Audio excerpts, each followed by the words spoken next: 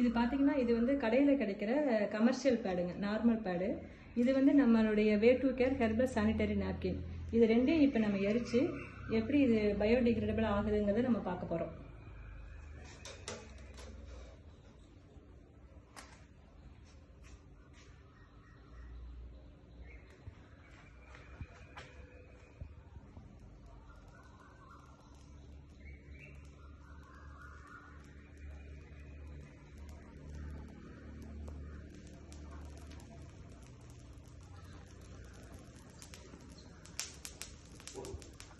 இது பார்த்தீங்கன்னா இப்போ எரியும் போதே இது பிளாஸ்டிக் வந்து இங்கே பாருங்கள் அப்படியே உருகி அப்படியே ஊற்றுறது நமக்கு நல்லாவே தெரியுது. ஆனால் இது வந்து பார்த்தீங்கன்னா இதில் ஒரு எந்த ஒரு பிளாஸ்டிக்கும் இல்லை. நம்ம வந்து காட்டன் நம்ம வந்து பருத்தி பஞ்சு வச்சுருக்கிறதுனால இது நல்லா எரியுது.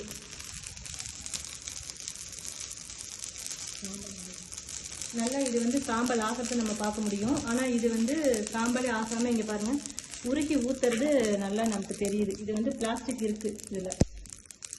அதில் வந்து அப்படி எந்த ஒரு கெமிக்கலும் பிளாஸ்டிக்கும் இதில் இல்லைங்க. இது நல்லா சாம்பலாக ஆகிறது நம்ம வந்து பார்க்க முடியுது.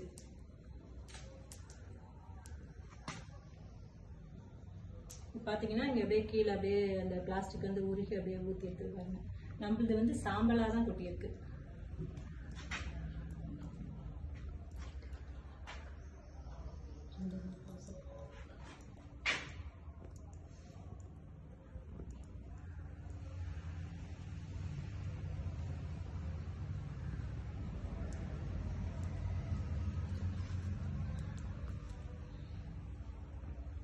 இது பார்த்தீங்கன்னா அப்படியே நமக்கு நல்லா சாம்பலாக ஆயிடுச்சு. ஆனால் இது வந்து நமக்கு வந்து சாம்பல் ஆகலை, அப்படியே நிற்கிது, இன்னும் புகஞ்சிக்கிட்டே இருக்குது பாருங்கள். இது வந்து பிளாஸ்டிக் இருக்கிறதுனால சரியாக எரியலை. இந்த புகையுமே நம்ம வந்து சுவாசிக்கிறதுனால நமக்கு வந்து நிறைய ப்ராப்ளம் வரும். மலட்டுத்தன்மை, இந்த மாதிரி கேன்சரு, இந்த மாதிரி பிரச்சனைலாம் வரும். ஆனால் இதில் வந்து அப்படி எந்த பிரச்சனையும் வராதுங்க. இது பார்த்தீங்கன்னா அங்கே பாருங்கள் நல்லாவே சாம்பலாக ஆயிடுச்சு. ஆனால் இது வந்து இன்னுமே எரியல, இன்னுமே இதில் வந்து இருக்குது, புகஞ்சிக்கிட்டே இருக்குது அந்த பிளாஸ்டிக் இருக்கிறதுனால. நம்மளது வந்து மண்ணுலேயும் மக்கிரும். ஆனால் இது வந்து நம்ம மண்ணில் போட்டு புதைச்சாலுமே மக்கறதுக்கு வந்து 600 to 800 வருஷம் ஆகுங்க. நம்மளது வந்து 3 to 4 மாதத்தில் மக்கிரும் நம்மளது.